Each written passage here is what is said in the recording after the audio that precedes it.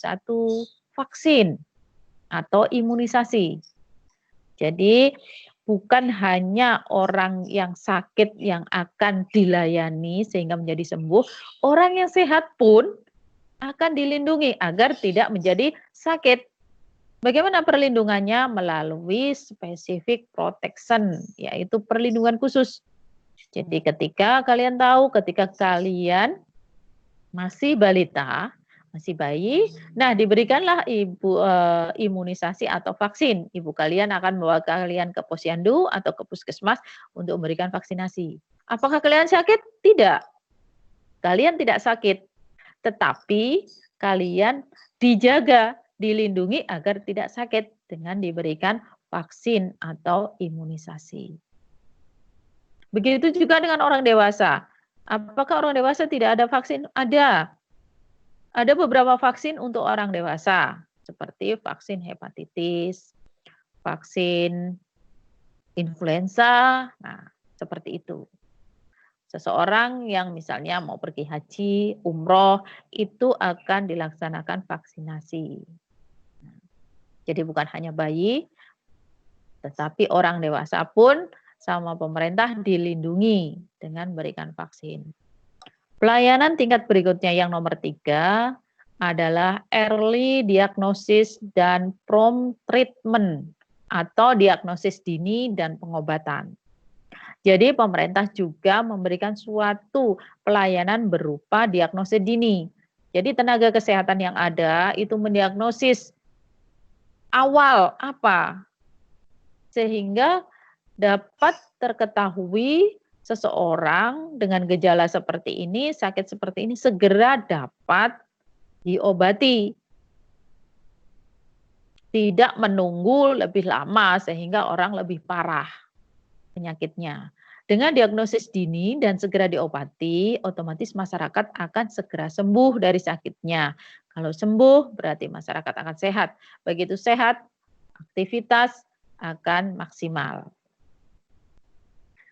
Pelayanan yang keempat, yaitu disability limitation. Masyarakat Indonesia itu tidak terjadi kecelakaan sampai dengan terjadinya kecacatan. Nah, di sini upaya-upaya ini pun dilakukan seperti contohnya di dalam suatu instansi atau perusahaan. Nah, nanti di sana ada yang namanya program K3, keselamatan kerja. Jadi agar masyarakat agar seluruh staf yang ada di industri karyawannya tetap sehat, tidak terjadi kecelakaan. Karena kalaupun sudah terjadi kecelakaan, itu agar kecelakaannya tidak parah sehingga tidak terjadi kecacatan. Karena dengan masyarakat yang seseorang yang cacat itu akan mengurangi seluruh aktivitasnya, mengurangi seluruh kemaksimalan dalam hidupnya. Yang berikutnya, yang nomor 5 adalah rehabilitation atau rehabilitasi. Nah, rehab ini juga dilaksanakan oleh suatu pemerintah dengan melaksanakan contohnya seperti ini. Ketika seseorang itu mengalami kecelakaan, baik kerja maupun kecelakaan di jalan maupun di rumah. Nah, setelah pengobatan, ini ada masa pemulihan. Setelah pemulihan ada rehabilitasi. Bagaimana mereka kembali menjadi normal, kembali menjadi sehat. Jadi ada rehab. Rehab di mana masyarakat sudah sembuh tetapi belum bisa beraktivitas. Nah, rehab ini perlahan akan dilaksanakan oleh pemerintah sehingga akan kembali bisa beraktivitas. Berikutnya. Nah, semua pelayanan kesehatan yang diberikan oleh pemerintah itu akan dilaksanakan oleh siapa? Ini yang akan melaksanakan. Satu adalah puskesmas. Kalian semua saya yakin tidak asing dengan kata-kata puskesmas. Puskesmas adalah pusat kesehatan masyarakat. Nah, di sini kalian akan belajar definisi dari puskesmas. Apa sih puskesmas itu? Bagaimana dengan puskesmas? Puskesmas adalah suatu fasilitas pelayanan kesehatan yang menyelenggarakan upaya kesehatan masyarakat dan upaya kesehatan perorangan tingkat pertama dengan lebih mengutamakan upaya promotif dan preventif untuk mencapai derajat kesehatan yang setinggi-tingginya di wilayah kerjanya.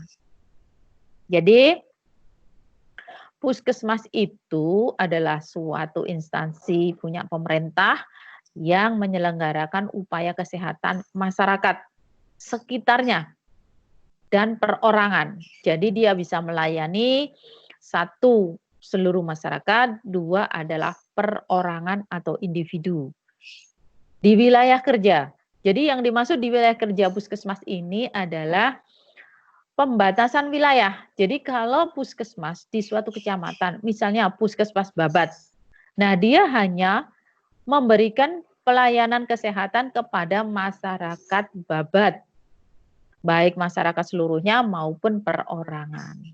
Bagaimana dengan di luar Babat? Nah, untuk di luar Babat, masyarakatnya tetap akan mendapatkan pelayanan. Dari mana? Dari puskesmas wilayah kerja setempat. Misalnya, wilayah Moropelang. Nah, ini punya puskesmas Moropelang. Widang, dia punya, Kecamatan Widang punya puskesmas sendiri. Nah, masyarakatnya itu akan diberikan pelayanan di puskesmas Widang. Kenapa seperti itu? Kenapa kok kesannya masyarakat itu pemerintah mengkotak-kotakkan? Bukan mengkotak-kotakkan. Tetapi dengan jangkauan wilayah yang tertentu itu, masyarakat akan lebih optimal. Jadi puskesmas ini akan optimal hanya bekerja kepada masyarakat wilayah kerja yang ditunjuk. Jadi istilahnya kalau kita itu melayani satu kecamatan dengan melayani dua kecamatan kan berbeda. Akan lebih maksimal, akan lebih bagus kalau kita melayani hanya satu wilayah. Itu maksudnya. Bagaimana dengan promotif dan preventif?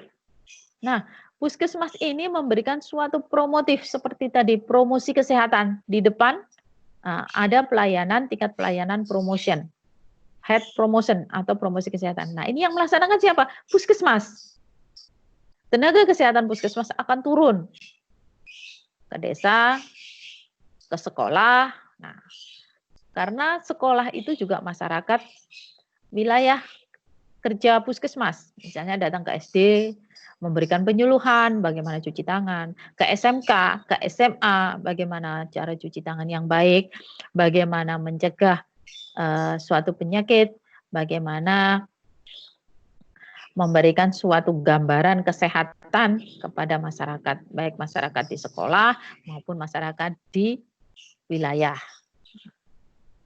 Untuk preventif, bagaimana? Preventif adalah mencegah. Jadi petugas kesehatan wilayah puskesmas, jadi petugas puskesmas memberikan suatu promosi, memberikan suatu juga yaitu suatu arahan preventif, pencegahan bagi yang sakit segera sembuh dan bagi yang sehat itu dijaga agar jangan sampai menjadi sakit. Itu preventif. Nah, berikutnya adalah fungsi dari puskesmas. Tadi kita sudah mempelajari definisi puskesmas. Sekarang kita mempelajari fungsi dari puskesmas. Fungsi yang pertama adalah sebagai pusat pembangunan kesehatan masyarakat di wilayah kerjanya. Jadi kalau kalian pernah tahu ada pembangunan jalan, ada pembangunan gedung. Nah, di sini Anda karena kalian orang kesehatan, sekolah di kesehatan, otomatis kita bahasnya adalah sebagai pusat kesehatan masyarakat. Jadi puskesmas itu fungsinya sebagai pusat pembangunan kesehatan masyarakat di wilayah kerjanya. Jadi seperti tadi, kalau puskesmas Babat itu sebagai pusat pembangunan kesehatan masyarakat Kecamatan Babat. Puskesmas Widang berfungsi sebagai pusat pembangunan kesehatan masyarakat Widang. Jelas ya? Jadi yang Fungsi kedua dari puskesmas adalah membina kesehatan. Tadi ada kata membangun. Membangun itu yang tidak ada menjadi ada. Jadi misalnya masyarakatnya tidak mempunyai tempat cuci tangan. Nah, sekarang masyarakatnya dengan adanya puskesmas, mereka membangun masing-masing rumah menjadi punya wastafel atau cuci tangan di depan rumah masing-masing dengan sabun. Yang kedua, membina. Jadi masyarakat yang ada itu dibina agar tetap menjadi masyarakat yang sehat, masyarakat yang bersih, sehingga tujuan dari puskesmas itu dapat tercapai. Fungsi yang ketiga dari puskesmas adalah memberikan pelayanan secara menyeluruh. Menyeluruh di sini, menyeluruh baik lapisan masyarakat, baik itu balita, anak-anak, dewasa, perempuan, laki-laki, ibu hamil, ibu menyusui, dan para lansia atau lanjut usia. Semuanya akan diberikan pelayanan. Fungsi puskesmas yang keempat adalah sebagai upaya kesehatan wajib puskesmas. Jadi puskesmas itu berfungsi mempunyai fungsi sebagai upaya kesehatan wajib. Kesehatan wajib di sini puskesmas itu mempunyai upaya-upaya satu, yaitu memberikan pelayanan berupa promosi, ada berupa pengobatan, ada berupa pelayanan gigi, ada imunisasi, ada ibu hamil, juga nanti ada pelayanan obat. Nah, itu semua adalah termasuk dari fungsi puskesmas yang nomor 4. Saya harap kalian dengan seperti ini bisa mengetahui apa puskesmas, bagaimana fungsi puskesmas, sehingga kalian menjadi bagian dari masyarakat yang mengetahui sistem kesehatan yang ada di wilayah, terutama yang di wilayah sekitar rumah kalian. Berikutnya adalah rumah sakit. Jadi pelayanan kesehatan tadi dari masyarakat, dari pemerintah itu yang melaksanakan tadi sudah satu puskesmas. Yang kedua adalah rumah sakit. Jadi dua instansi ini yang ditunjuk oleh pemerintah untuk melaksanakan pelayanan kesehatan kepada masyarakat. Kalian saya yakin juga tidak asing dengan kata rumah sakit.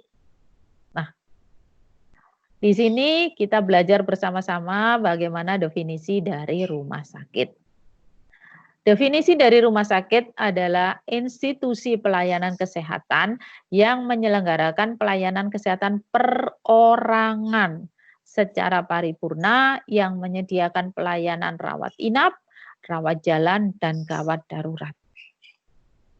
Nah, dari definisi rumah sakit, kita bisa mengetahui perbedaan antara rumah sakit dengan puskesmas tadi. Depan tadi ada suatu pelayanan kesehatan dari puskesmas, yaitu masyarakat dan perorangan. Sedangkan rumah sakit hanya perorangan.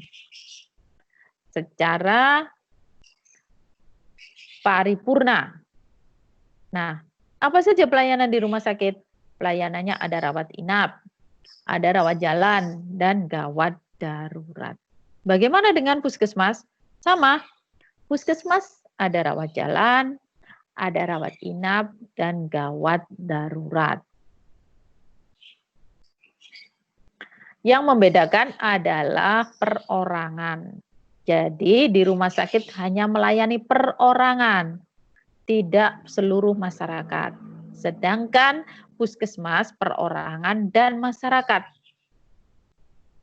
Rumah sakit tidak mempunyai wilayah kerja. Jadi wilayah kerjanya atau lebih luas. Seluruh misalnya rumah sakit Kabupaten Lamongan, rumah sakit umum daerah Kabupaten Lamongan. Dia mempunyai wilayah kerja seluruh masyarakat Kabupaten Lamongan. Sedangkan puskesmas hanya melayani satu wilayah kecamatan saja. Rumah sakit berarti lebih besar baik wilayah kerjanya maupun pelayanannya. Rumah sakit sendiri itu ada beberapa tipe atau mempunyai akreditasi, yaitu suatu pengakuan pelayanan. Jadi ada rumah sakit terakreditasi dasar, yang kedua adalah madya, yang keempat adalah utama, yang kelima adalah akreditasi paripurna. Tingkatan paling tinggi dari pelayanan.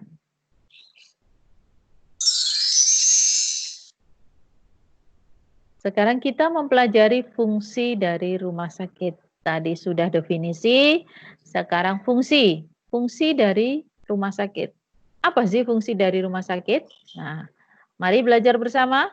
Fungsi yang pertama dari rumah sakit adalah menyelenggarakan pelayanan medik atau medis. Nah, pelayanan orang sakit.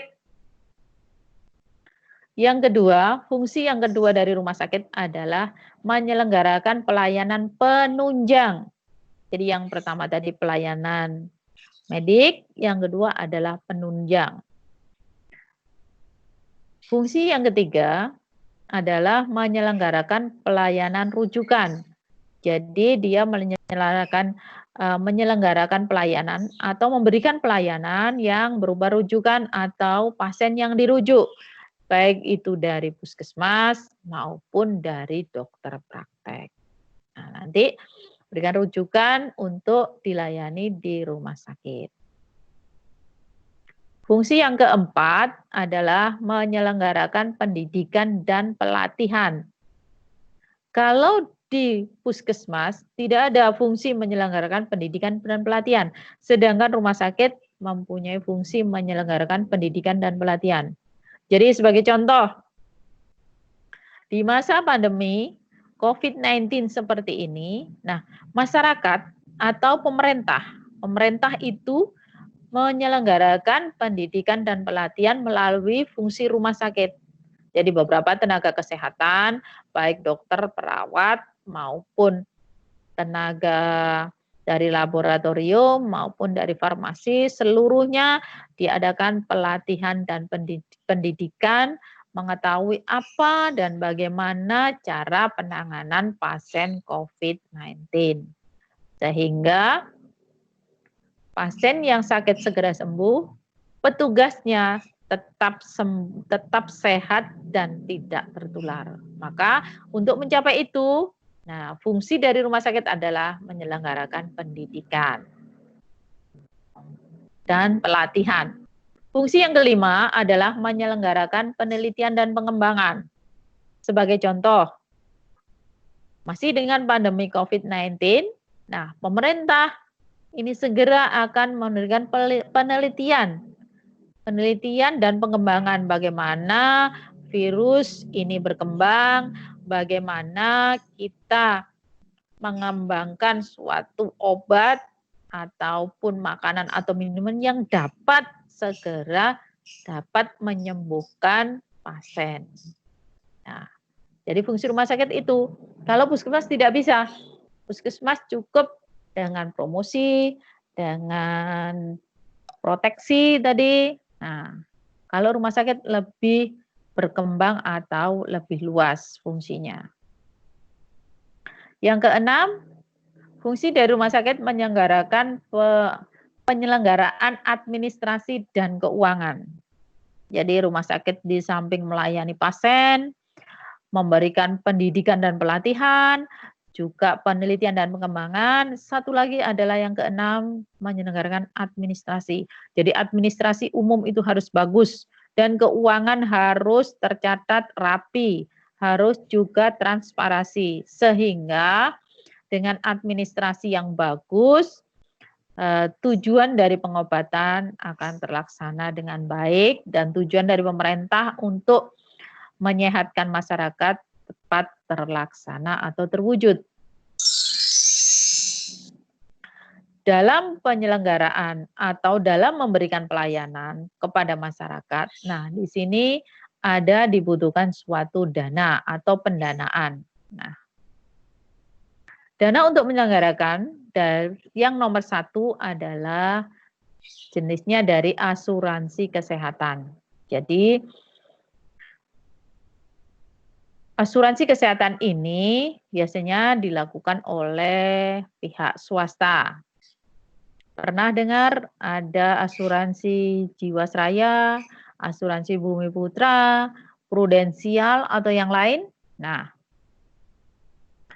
jadi seseorang yang mengikuti asuransi salah satu asuransi ini, biasanya dia akan tercover atau selama dia sakit, dananya akan ditanggung oleh asuransi tersebut.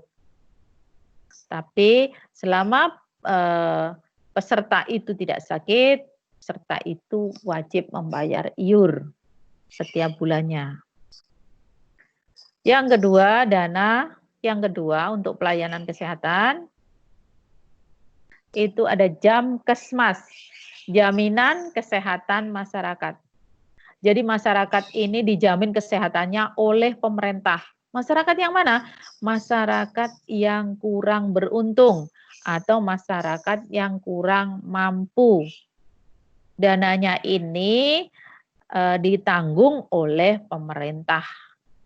Jadi pemerintah berupaya agar masyarakat itu baik lapisan menengah ke bawah sampai lapisan atas itu tetap sehat. Untuk lapisan paling bawah atau lapisan yang kurang beruntung, nah di sini pemerintah memberikan suatu dana. Ketika mereka sakit, pemerintahlah yang akan membiayai. Biasanya mereka ini mendapatkan kartu yang namanya KIS, Kartu Indonesia Sehat. Dana berikutnya untuk pelayanan kesehatan yang ketiga adalah BPJS. Saya yakin kalian semua juga tidak asing dengan kata BPJS, yaitu Badan Penyelenggara Jaminan Sosial Kesehatan. Ada juga BPJS Ketenagaan. Nah, BPJS ini di dalamnya adalah biasanya orang-orang atau masyarakat yang ASN atau PNS, ya. Jadi di dalamnya anggota BPJS ini salah satunya adalah aparatur sipil negara atau PNS.